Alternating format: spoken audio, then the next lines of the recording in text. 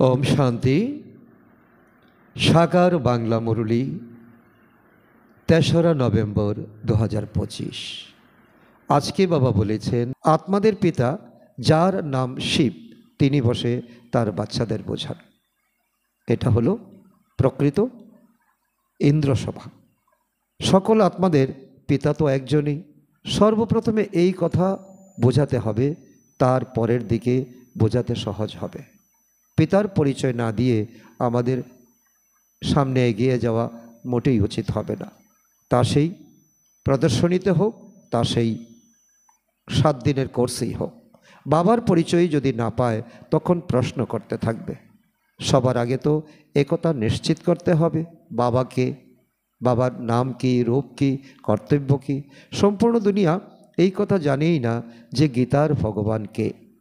ওরা কৃষ্ণের নাম বলে দেয়, আমরা বলি পরমপিতা পরমাত্মা শিব হলেন গীতার ভগবান। ভগবানুবাচ শিব, তিনি জ্ঞানের সাগর। মুখ্য হল সর্বশাস্ত্র শিরোমণি গীতা।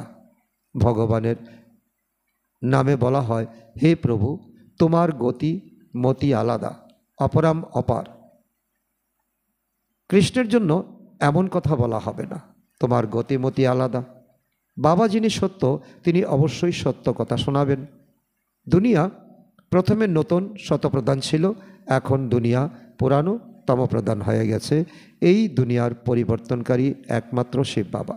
বাবা কিভাবে তা পরিবর্তন করেন তাও তো বুঝতে হবে, বুঝে সবাইকে বোঝাতে হবে। আত্মা যখন শতপ্রধান হবে তখনই এই দুনিয়াও শতপ্রধান স্থাপন হবে। কারণ এই 5 তত্ত্বের দায়িত্ব নিয়েছেন পরমপিতা পরমাত্মা। বলছেন 5 তত্ত্বকে পরিবর্তন করতে সময় লাগবে না, সময় লাগবে আত্মাদের পরিবর্তন করতে। আত্মা শতপ্রধান হওয়া চাই, তবেই গিয়ে কাঞ্চনকায়া শরীর প্রাপ্ত হবে। সবার আগে বাচ্চারা তোমাদের অন্তর্মুখী হতে হবে। অন্তর্মুখী সদা সুখী হয়। বেশি কথা বলবে না। ভিতরে যখন প্রবেশ করে তখন অনেক চিত্র দেখে জিজ্ঞাসা করতেই থাকে। তোমরা যখন প্রদর্শনী করো তখন এই পরিস্থিতির সম্মুখীন সকলকেই হতে হয়। সবার প্রথমে একটা কথাই বোঝানো প্রয়োজন, বেশি জিজ্ঞাসা করার মার্জিন না রাখাই ভালো। বলো, প্রথমে তো একটি কথা নিশ্চিত করো, তারপর পরবর্তী কথা বোঝাবে। অবশেষে তোমরা 84 জন্মের চক্র সম্বন্ধে বোঝাতে পারো। বাবা বলেন যে আমি ওনার অনেক জন্মের অন্তিম জন্মে ওনার শরীরে প্রবেশ করি। উনি নিজেই ভুলে গেছেন। ব্রহ্মা বাবার কথা বাবা বলছেন। ওনাকে বাবা বলেন, তুমি তোমার জন্মকেই জানো না, তুমি ভুলে বসে আছো, আমি তোমার জন্ম বলছি। বাবা আমাদের প্রজাপিতা ব্রহ্মার দ্বারা বোঝান। প্রথম অল্পের উপর বোঝাতে হবে, অর্থাৎ পরমপিতার উপর বোঝাতে হবে। অল্প সম্বন্ধে বোঝাতে পারলে তখন আর কোনো সংশয় থাকবে না। তখন সমস্ত দ্বিধাদ্বন্দ্ব থেকে আত্মা বেরিয়ে আসবে। বলো যে বাবা হলেন সত্য, তিনি অসত্য শোনাবেনই না। উনি অসত্য শোনাতে পারে। উনি যে হলেন সত্য পরমপিতা পরমাত্মা, গড ইজ ট্রুথ। অসীম জগতের বাবাই রাজযোগ শেখান। শিবরাত্রির মহিমা করা হয়, তাহলে অবশ্যই শিব এখানে এসেছিলেন, তাই না? কৃষ্ণ জয়ন্তীও যেমন এখানে পালন করা হয়। বলা হয় আমি ব্রহ্মার দ্বারা স্থাপনা করি। ওই এক নিরাকার বাবাই সকলেই হলো সন্তান। এক নিরাকার বাবা, আর এই পৃথিবীতে 850 কোটির ওপরে আত্মা, সকলে হলো সন্তান। তোমরাও তার সন্তান, আবার তোমরা প্রজাপিতা ব্রহ্মারও সন্তান। আমরা এতদিন 2 পিতা সম্পর্কে জানতাম, এখন বাবা বলছেন তোমাদের 3 পিতা, আত্মার পিতা এবং দেহের পিতা, এবং এই আত্মা পরমাত্মার এই মিলনের যে মধ্যস্থতাকারী, তিনি হলেন অলৌকিক পিতা, এই জ্ঞানের পিতা, যার দ্বারা জ্ঞান প্রদান করা হয়, তিনি হলেন প্রজাপিতা ব্রহ্মা। প্রজাপিতা ব্রহ্মার দ্বারা স্থাপনা হয়েছে, তাহলে অবশ্যই ব্রাহ্মণীরাও থাকবে। সকলে কি হলে সম্পর্কে? সকলে ভাই বোন। শরীরের ক্ষেত্রে, আত্মার ক্ষেত্রে তো সকলে ভাই ভাই। এতে পবিত্রতাও থাকে, আর পবিত্রতা হলো তোমাদের মূলধন। গৃহস্থ জীবনে থেকে পবিত্র থাকার এমন ভয় থাকা উচিত। ভাই ভাই হলে কখনোই ক্রিমিনাল আই থাকবে না, থাকা উচিত নয়। 21 জন্মের জন্য এই দৃষ্টির পরিবর্তন হয়ে যাবে, ভাই ভাই হয়ে যাবে সম্বন্ধে, সম্পর্কে। বাবাই তো বাচ্চাদের শিক্ষা দেবেন, তিনি ক্যারেক্টার পরিবর্তন করেন। এখন সম্পূর্ণ দুনিয়ার ক্যারেক্টার পরিবর্তন করতে হবে, যা অত্যন্ত কঠিন ব্যাপার। এই পুরানো পতিত দুনিয়ার কোনো ক্যারেক্টার নেই। রাবণ মায়া রাবণ নষ্ট করে দিয়েছে, সকলের মধ্যেই বিকার বর্তমান। এ হলো পতিত। তো পতিত অর্থাৎ বিকারী দুনিয়া। এরপর ভাইসলেস দুনিয়া কিভাবে তৈরি হবে? বাবা ছাড়া কেউ কি তার তৈরি করতে পারবে? পারবে না। বাবা এখন তোমাদের পবিত্র তৈরি করছেন। এ হলো সবথেকে গুপ্ত কথা, কোনো সৎসঙ্গে বলবে না। আমরা হলাম আত্মা, আত্মাকে পরমাত্মা বাবার সঙ্গে মিলিত হতেই হবে। সকলেই ভগবানের সঙ্গে মিলিত হওয়ার জন্য পুরুষার্থ করে। ভগবান হলেন এক নিরাকার। ভগবানকেই উদ্ধারকর্তা ও গাইড বলা হয়। অন্য ধর্মের যারা, তারা কাউকে লিবারেটর বা গাইড বলবে না। পরমপিতা পরমাত্মা এসেই উদ্ধার করেন, অর্থাৎ তমপ্রধান থেকে শতপ্রধান তৈরি করেন, তাকে গাইডও বলা হয়। তাই সর্বপ্রথমে এই একটি কথা বুদ্ধিতে বসাও। যদি না বুঝতে পারে তাহলে ছেড়ে দেওয়া উচিত। অল্পকে যদি না বুঝতে পারে তাহলে আর কি লাভ হবে? কারণ 2500 বছর ভক্তি করেছ। এখন ভক্তির প্রথম ফল হলো তো আত্মার পিতাকে জানা। যদি চলেও যায় তাহলে তোমরা ঝিমিয়ে যেও না, তোমরা হলে ব্যাপরওয়াহ বাদশাহ। কারণ এই যজ্ঞের স্থাপনকর্তা হলেন পরমাত্মা, যজ্ঞকে রক্ষা করার দায়িত্ব পরমাত্মার। অসুরদের বিঘ্ন আসবেই, তো তোমরা ঝিমিয়ে পড়বে না কখনো। এই হলো রুদ্র জ্ঞানযজ্ঞ। তাই প্রথমে বাবার পরিচয় দিতে হবে। বাবা বলেন যে বাচ্চারা, মন মনা ভব, তোমার মন আমাতে লাগাও। তুমি নিজেকে আত্মা মনে করে আমাকে স্মরণ করো। তোমরা যত পুরুষার্থ করবে সেই অনুসারে পদ প্রাপ্ত করবে। এখন আদি সনাতন দেবী দেবতার রাজ্য স্থাপন হচ্ছে। এ হলো লক্ষ্মী নারায়ণের ডিনায়াস্টি। অন্য ধর্মের যারা, তারা কোনো ডিনায়াস্টি স্থাপন করে না, তারা ধর্ম স্থাপন করে, তারা রাজত্ব স্থাপন করে না। বাবা তো এসে সকলকেই মুক্ত করেন। তারপর অন্য অন্য ধর্মস্থাপকদের তাদের নিজের নিজের সময় এসে ধর্ম স্থাপন করতে হবে। এই বৃদ্ধি হতে হতে বাবা বলছে যে তো এক বিশাল দুনিয়া এখন হয়ে গেছে। পতিত হতেই হবে না, এটাও ড্রামাতে আছে। পতিত থেকে পবিত্র করা, এ হলো বাবার কাজ। আর পবিত্র থেকে তোমরা পতিত হয়ে যাও মায়ার আকর্ষণে, কিউরিসিটিতে। ওনারা তো কেবল এসে ধর্ম স্থাপন করেন, ইব্রাহিম, বুদ্ধ, ক্রাইস্ট। তো এখানে তো বড়াই করার মতো কোনো কথাই নেই। মহিমা তো হলো একজনেরই, যিনি পতিত দুনিয়াকে পবিত্র করেন। ওরা তো ক্রাইস্টের জন্য কত কিছু করে। ওদেরকে বোঝাতে হবে যে লিবারেটর এবং গাইড তো এক গডফাদার, পরমপিতা পরমাত্মা। বাকি ক্রাইস্ট কি করেছেন? ওনার পরে খ্রিশ্চান ধর্মের আত্মারা আসতে থাকে, তারপর নিচে নামতে থাকে। তো এক বাবাই তো দুঃখ থেকে মুক্তি দেন এবং সকল আত্মাকে তিনি রাস্তা দেখান, তিনি গাইড হয়ে তিনি মুক্তির রাস্তা দেখান। এইসব পয়েন্টস বুদ্ধিতে খুব ভালোভাবে ধারণ করতে হবে। কারণ হঠাৎ যে কোনো পরিস্থিতিতে যে কোনো ধর্মের আত্মা তোমার সামনাসামনি হতে পারে, তো তাকে তো বোঝাতে হবে। সেজন্য ধারণা চাই। এক ভগবানকেই মার্সিফুল বলা হয়। ক্রাইস্ট কোনো দয়া করেন কি? দয়া করেন না। একজন মানুষও কারোর প্রতি দয়া করে না, দয়া হয় অসীম জগতের। এক বাবাই সকলের উপর দয়া করেন। শতযুগে সবাই সুখে শান্তিতে থাকে, সেখানে দুঃখের কোনো কথাই থাকে না। বাচ্চারা, এই একটি কথা, অল্পের উপরে কাউকে নিশ্চিন্ত করায় না বাচ্চারা। এখানেই তোমাদের গাফিলতি, এখানেই তোমাদের ভুল। অন্য অন্য কথায় চলে যাও তোমরা, তারপর বলে তো গলাই খারাপ হয়ে গেল।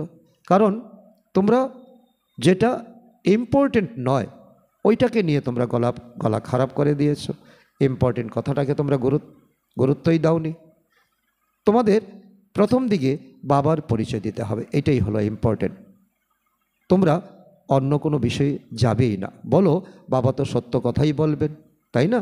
আমাদের মতো বিকেদের বাবাই শোনান। এই চিত্র সব উনিই বানিয়েছেন, এতে সংশয় আনা উচিত নয়। সংশয় বুদ্ধি বিনাশন্তি। প্রথমে তোমরা নিজেকে আত্মা মনে করে তো যদি বাবাকে স্মরণ করো তাহলে তোমাদের বিকর্ম বিনাশ হবে, আর কোনো উপায় নেই। পতিত পাবন তো একজনই, তাই না?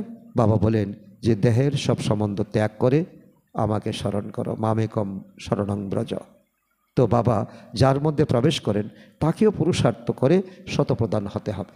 বাবা মার্জিন ব্রহ্মার শরীরে প্রবেশ করে তো ব্রহ্মাকে ছুট দিয়েছেন এমনটা নয়। ব্রহ্মাকে বলেছেন যে তোমাকে পুরুষার্থ করে তমপ্রধান থেকে শতপ্রধান হতে হবে। পুরুষার্থের দ্বারাই এমন তৈরি হতে হবে। তারপর ব্রহ্মা এবং বিষ্ণুর সম্পর্ক বলে দেন। ব্রহ্মা থেকে বিষ্ণু হতে লাগে 1 সেকেন্ড বা 1 জন্ম। বিষ্ণু হতে ব্রহ্মা হতে, বিষ্ণু থেকে ব্রহ্মা হতে লাগে 84 জন্ম। বাবা তোমাদের মতো ব্রাহ্মণদের রাজযোগ শেখান, তখন তোমরা বিষ্ণুপুরীর মালিক হয়ে যাও। এই রাজযোগ শিখে তোমাদের 21 জন্ম গ্যারান্টি জীবন পাও। তারপর আবার তোমরাই 84 জন্ম গ্রহণ করে এই রাজযোগ শেখার আগে তোমরা শূদ্র হয়ে যাও। তখন বাবা আবার এসে তোমাদের শূদ্র থেকে ব্রাহ্মণ তৈরি করেন। তো বাবা কত মার্সিফুল হয়ে গেলেন, এমনভাবে আর কেউ বলতে পারে না। প্রথম কথাই হলো বাবার পরিচয় দেওয়া, বাবার মহিমা কীর্তন করা এবং বাবার কর্তব্য সবার সামনে তুলে ধরা। বাবা বলেন আমাকেই পতিত থেকে পবিত্র করার জন্য এখানে আসতে হয়, প্রধান কর্তব্য বাবার। এই কর্তব্য তো কেউ দুনিয়ার কোনো আত্মা নিতে পারে না। এমন নয় যে আমি ওপর থেকে প্রেরণা দেই। তো ওনার নামই হলো ভাগীরথ, তাহলে অবশ্যই ওনার মধ্যেই প্রবেশ করবেন। এ হলো ওনার অনেক জন্মের অন্তিম জন্ম। ওনার নাম ছিল দাদা লেকরাজ। তিনি ছিলেন তো হীরে রত্নর ব্যাপারী। তো ভগবানও এক মূল্যবান জ্ঞান নিয়ে ওনার শরীরকে চয়ন করেছেন। তারপর তিনি শতপ্রধান হন। এরপর বাবা যুক্তি বলে দেন নিজেকে আত্মা মনে করে আমাকে স্মরণ করো, আর কোনো শর্টকাট নেই। আমি হলাম সর্বশক্তিবান, আমাকে স্মরণ করলে তোমাদের মধ্যে শক্তি আসবে, অষ্টশক্তি আসবে, 7 গুণ প্রাপ্ত করবে, তোমরা বিশ্বের মালিক হতে পারবে। এই লক্ষ্মীনারায়ণ এই উত্তরাধিকার এই বাবার থেকে পেয়েছেন। কিভাবে পেয়েছেন তা বাবা খুলে বোঝান। প্রদর্শনী মিউজিয়ামে তোমরা বলে দাও যে প্রথমে একটি কথা বোঝো, তারপর অন্য বিষয়ে যেও। কারণ ভক্তি থেকে সবাই এসেছে, অনেকের অনেক প্রশ্ন থাকবে। এ কথা বোঝা অত্যন্ত জরুরি, না হলে তোমরা দুঃখ থেকে মুক্ত হতে পারবে না। সকলকে এখন প্রকৃতপক্ষে গাইড তোমাদের করতে হবে, কারণ তোমরা পরমপিতা পরমাত্মার রাইট হ্যান্ড। প্রথমে তোমরা যদি নিশ্চিত না করো তাহলে কিছুই বুঝতে পারবে না। এই সময় হলোই ভ্রষ্টাচারী দুনিয়া, দেবী দেবতাদের দুনিয়া শ্রেষ্টাচারী ছিল। তখন ছিল সত্যযুগ, বহিষ এবং বৈকুণ্ঠ। তোমাদের এমনভাবে বোঝাতে হবে মানুষের নারীও দেখা চাই, তার নবজকে দেখা চাই। কিছু বুঝতে পেরেছে কি বুঝতে পারেনি, তো নাকি বুঝেই অবুঝের মতো বসে আছে, এটা তোমাদের কিন্তু বুঝতে হবে। নতুবা কি হবে, উলুবনে মুক্ত ছড়াবে। যদি অবুঝ হয় তাহলে ছেড়ে দেওয়া উচিত, কারণ সেই আত্মাকে বুঝে শুনে তার সঙ্গে আর বাড়াবাড়িতে যেতে নাই, কারণ সে আত্মা গ্রহণই করতে পারবে না, সে তো সত্যযুগের আত্মাই নয়। যারা বুঝতে পারবে তাদের চেহারারও পরিবর্তন হয়ে যাবে, তারা হাসি খুশিতে মাথা নেড়ে সম্মতি প্রকাশ করবে। সে আত্মা যে শুনতে পারছে, বুঝতে পারছে, তোমরা কিন্তু বোঝাতে বোঝাতে বুঝেই যাবে।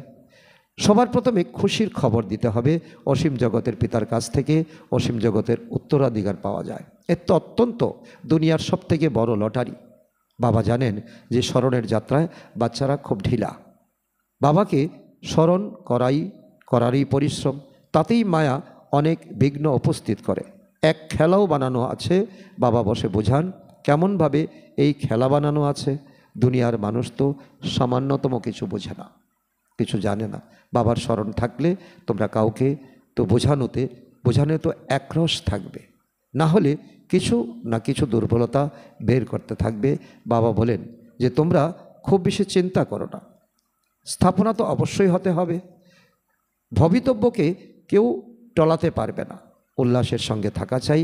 বাবার থেকে আমরা অসীম জগতের উত্তরাধিকার গ্রহণ করছি। বাবা বলেন যে মামেকম স্মরণ করো, আমাকে স্মরণ করো।